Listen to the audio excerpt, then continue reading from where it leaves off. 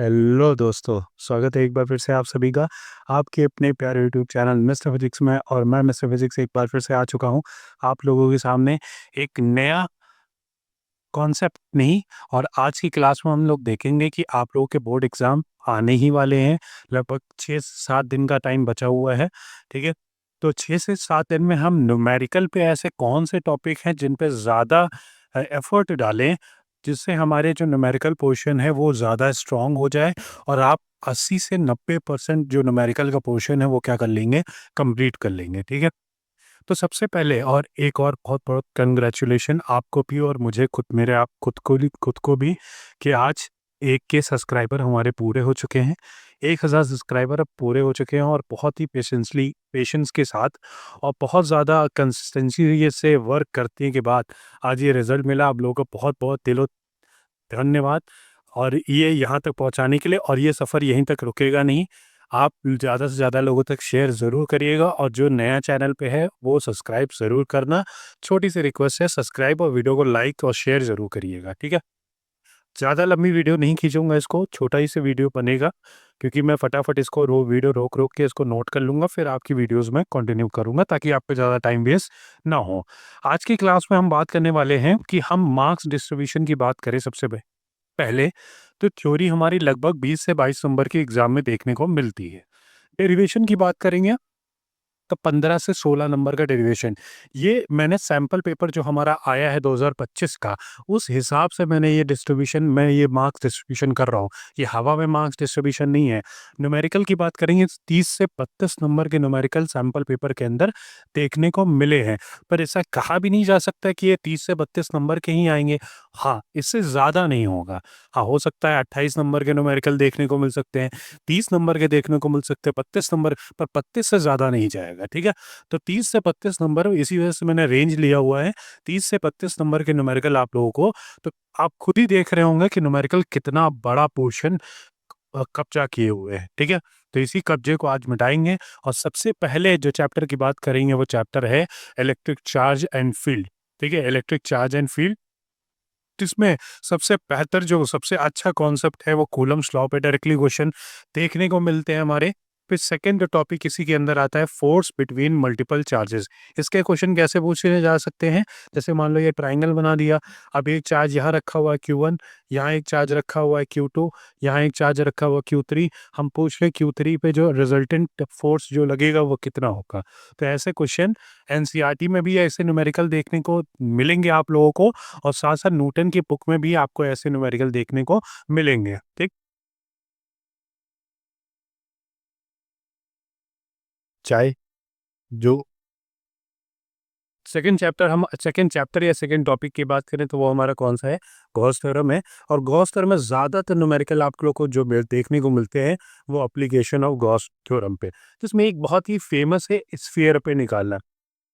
इस पे एक साथ 3 डेरिवेशन देखने को मिलती हैं। सबसे पहले इनसाइड द स्फीयर, फिर सरफेस पे, और सरफेस से r डिस्टेंस अपार्ट जो हमें इलेक्ट्रिक फील्ड फाइंड आउट करने के लिए बोलता है। तो ये गॉस थ्योरम में सबसे एप्लीकेशन ऑफ गॉस थ्योरम में सबसे ज़्यादा फेमस जो न्यूमेरिकल का क्वेश्चन है वो यहाँ से पूछा जाता है। नेक्स्ट अगर हम बात करेंगे इलेक्ट्रिक पोटेंशियल की, किसकी, इलेक्ट्रिक पोटेंशियल,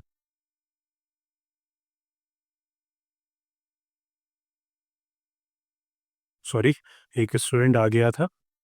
तो इलेक्ट्रिक पोटेंशियल की हम बात करेंगे तो इलेक्ट्रिक पोटेंशियल में हमारा जो टॉपिक है वो कौन सा है, इलेक्ट्रिक पोटेंशियल। एक तो बेसिक इलेक्ट्रिक पोटेंशियल देखने को मिलेगा 1/4 pi epsilon not Q upon R वाले जो फॉर्मूले बेस्ड क्वेश्चन होते हैं, और इलेक्ट्रिक पोटेंशियल एनर्जी पे क्वेश्चन ज़्यादा देखने को मिलते हैं, ठीक है। तो इलेक्ट्रिक पोटेंशियल एनर्जी का टॉपिक जो है वो अच्छे से प्रिपेयर कर लेना एग्जाम में। नेक्स्ट टॉपिक हमारा जो है वो है क्या है, कैपेसिटेंस है।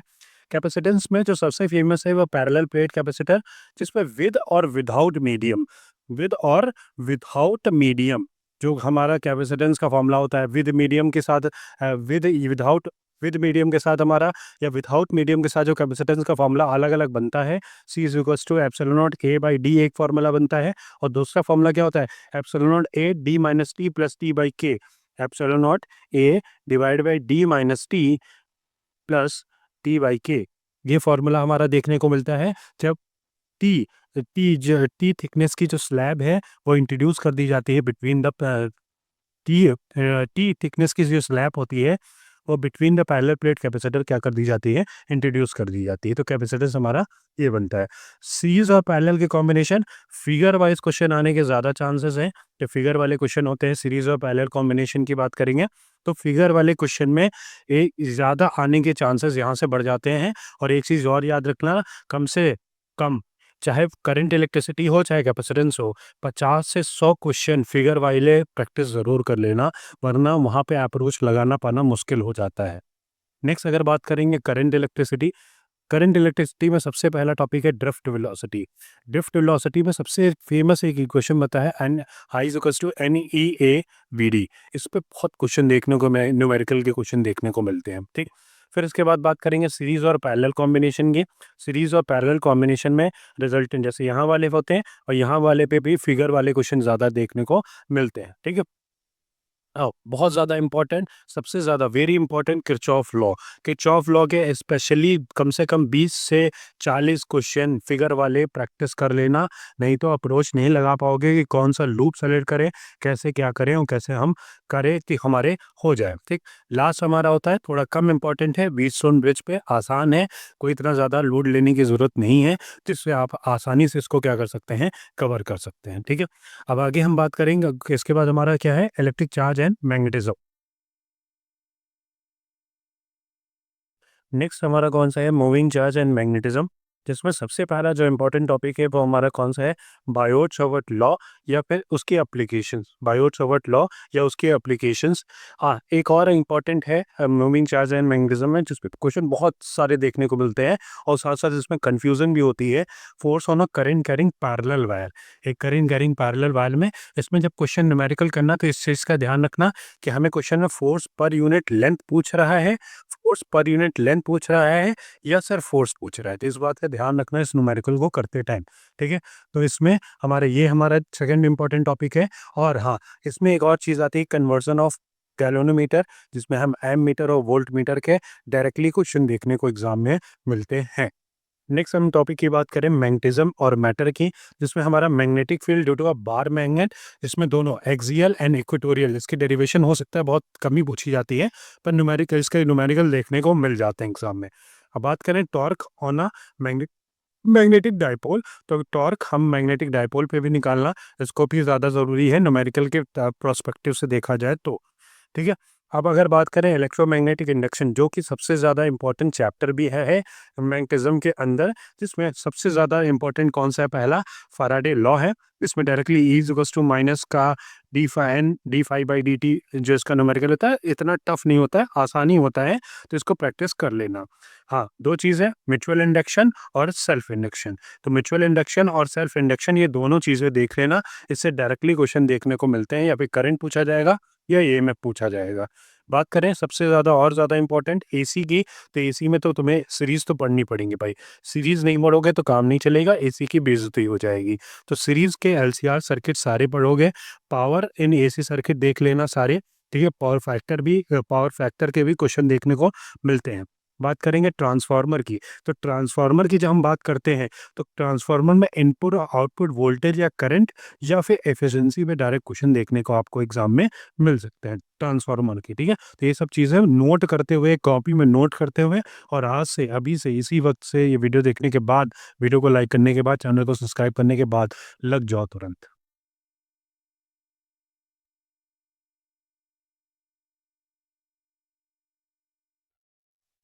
नेक्स्ट अगर बात करें हम, तो नेक्स्ट हमारा चैप्टर कौन सा है, इलेक्ट्रोमैग्नेटिक वेव। कौन सा चैप्टर है, इलेक्ट्रोमैग्नेटिक वेव। अब इलेक्ट्रोमैग्नेटिक वेव में हम देखेंगे क्या इंपॉर्टेंट है हमारे लिए, तो डिस्प्लेसमेंट करंट एक इम्पॉर्टेंट है। डिस्प्लेसमेंट करंट का यहाँ फॉर्मूला ज़रूर याद रखें ना, यहाँ पे जो डिस्प्लेसमेंट करंट का फॉर्मूला होता है, I D is to epsilon naught D phi E by D T. ये याद रखना कि ये इलेक्ट्रिक फ्लक्स होता है, ना कि मैग्नेटिक फ्लक्स। ये इसमें बच्चों की बहुत ज़्यादा कन्फ्यूजन होती है। नेक्स्ट हमारा जो टॉपिक है वो कौन सा है, रे ऑप्टिक्स। रे ऑप्टिक्स में अगर हम बात करें, सबसे पहला जो चैप्टर है, टॉपिक है, वो है रिफ्लेक्शन एट ए स्फेरिकल सरफेस। रिफ्लेक्शन एट ए स्फेरिकल सरफेस, जिसमें हम फोकल लेंथ निकालते हैं, और सबसे ज़्यादा जो इंपॉर्टेंट है इसके अंदर वो क्या है, लेंस मेकर पे डेरिवेशन और साथ साथ न्यूमेरिकल देखने को एग्जाम में मिलते हैं। उसके बाद हमारा टॉपिक है वो रियल एंड अपेरेंट डेप्थ है। कौन सा टॉपिक है? Real and apparent depth. Focal पे क्वेश्चन देख लेना, आसान होते हैं, और इस बात का याद रखना सेंटीमीटर में फोकल लेंथ यहाँ पुट करते हैं, ये चीज़ ध्यान रखना। Combination of focal length in a thinning lens in contact, ICS में कई बार पीवीएसएस में देखने को मिला है, साथ साथ सीबीएसई में ये क्वेश्चन देखने को मिला है कि कॉम्बिनेशन ऑफ फोकल लेंथ, जब तो टू थिन लेंस अगर कॉन्टैक्ट में देखने को आती हैं तो उनमें कॉम्बिनेशन क्या निकल के आता है फोकल लेंथ का। प्रिज्म पे क्वेश्चन डायरेक्ट पूछे जाते हैं और आसान होते हैं। थिन प्रिज्म पे क्वेश्चन भी कई बार एग्जाम में पूछ लेता है वो, ठीक है। ऑप्टिकल इंस्ट्रूमेंट की बात करें, अगर हम ऑप्टिकल इंस्ट्रूमेंट की बात करें तो ऑप्टिकल इंस्ट्रूमेंट में सबसे ज़्यादा जो इंपॉर्टेंट है वो कंपाउंड माइक्रोस्कोप है, जिसमें मैग्निफिकेशन के क्वेश्चन आपको एग्जाम में देखने को मिल सकते हैं, ठीक है। अगर हम बात करें वेव ऑप्टिक्स की, किसी वेव ऑप्टिक्स की, तो ऑप्टिक्स में सबसे इंपॉर्टेंट टॉपिक है वेव ऑप्टिक्स में इंटरफेरेंस। फिर उसके बाद यंग डबल स्लिट एक्सपेरिमेंट, ये न्यूमेरिकल बेसिस पे ज़्यादा इंपॉर्टेंट है। Fringe width calculation, fringe width calculate करना, और साथ साथ एंगुलर विड्थ भी कैलकुलेट करना एग्जाम में पूछा जाता है। और डिफ्रैक्शन के कई सारे क्वेश्चन हमें एग्जाम में देखने को मिल जाते हैं, ठीक है। तो ऑप्टिकल इंस्ट्रूमेंट में कंपाउंड माइक्रोस्कोप के जो मैग्निफिकेशन फाइंड आउट करने का फॉर्मूला होता है, या कैसे फाइंड आउट करते हैं, तो प्रैक्टिस कर लेना आ जाएगा, ठीक।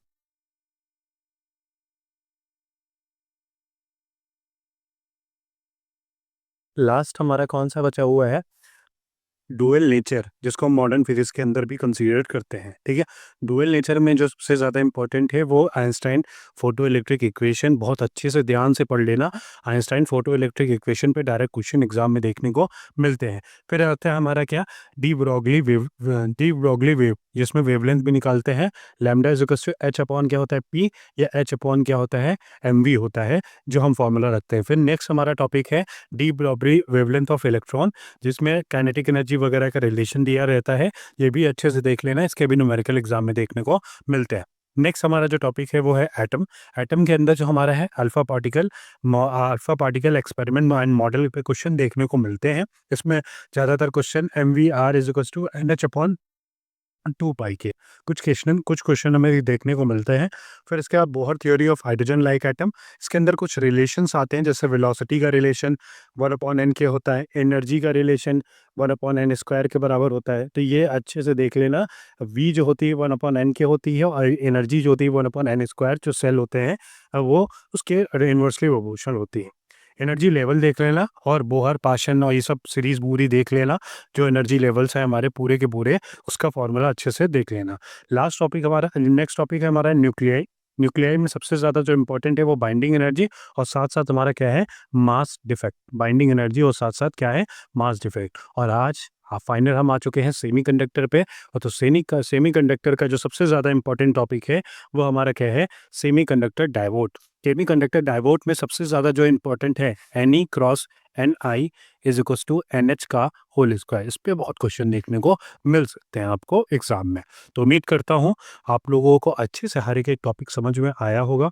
इनको एक कॉपी में नोट कर लेना, और आज से प्रिपरेशन अभी से न्यूमेरिकल प्रैक्टिस कर लेना। लगभग टारगेट बना लो, जब तक एग्ज़ाम नहीं हो जाता है लगभग 500-600 क्वेश्चन प्रैक्टिस करने हैं पर डे। 2 घंटे बैठ के करोगे, आराम से कंप्लीट हो जाएगा, ठीक है। प्रेशर लेने की कोई ज़रूरत नहीं है। माइंड फ्री होकर एकदम से बढ़िया से एग्ज़ाम की प्रिपरेशन करिए, और एग्ज़ाम के अंदर फोड़ के आइए पेपर। मिलते हैं एग्ज़ाम के बाद आप लोगों के साथ। तब तक के लिए बहुत बहुत धन्यवाद, और वीडियो को लाइक और चैनल को सब्सक्राइब ज़रूर करिएगा। Thank you so much.